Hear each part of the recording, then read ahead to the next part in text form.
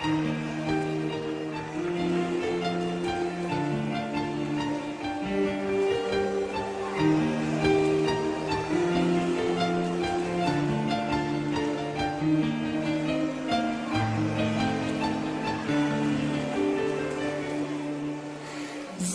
mele, bune sau rele, toate frumoase zilele mele, dar cea mai dragă zi de pe lume este ziua aceasta anume, ziua cea sfântă a nașterii mele, plină de taine, păzită de stele, ziua de dor și iubire curată, cea mai plăcută și mai așteptată.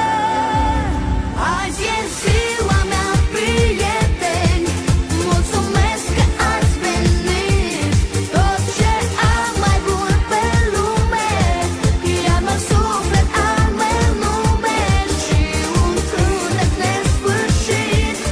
Azi e ziua mea, prieteni, bine că ne revedem. Pentru voi și pentru mine, de noroc și fericire, la mulți ani, hai să cântăm.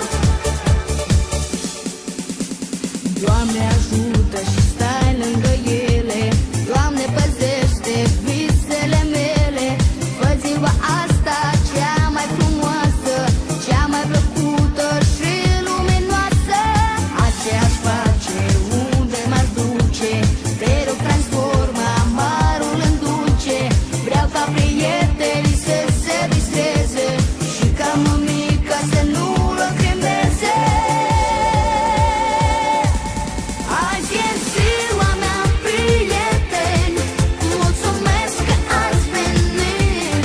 Tot ce am mai bun pe lume, ia-mă suflet, al meu nume și un cântec nesfârșit. Azi e ziua mea, prieteni, bine că ne revedem.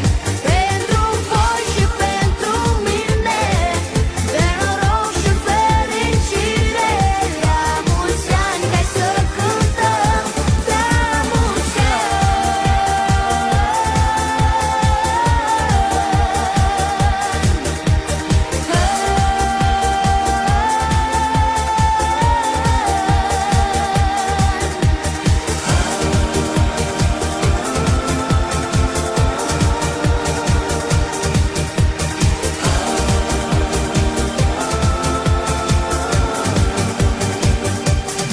Azi e ziua mea, prieteni, mulțumesc că ați venit. Tot ce am mai bun pe lume, ia-mă suflet, al meu nume și un cântec nesfârșit. Azi e ziua mea, prieteni, bine că ne revedem. Pentru voi și pentru mine, de noroc și fericire, la mulți ani, hai să cântăm, la mulți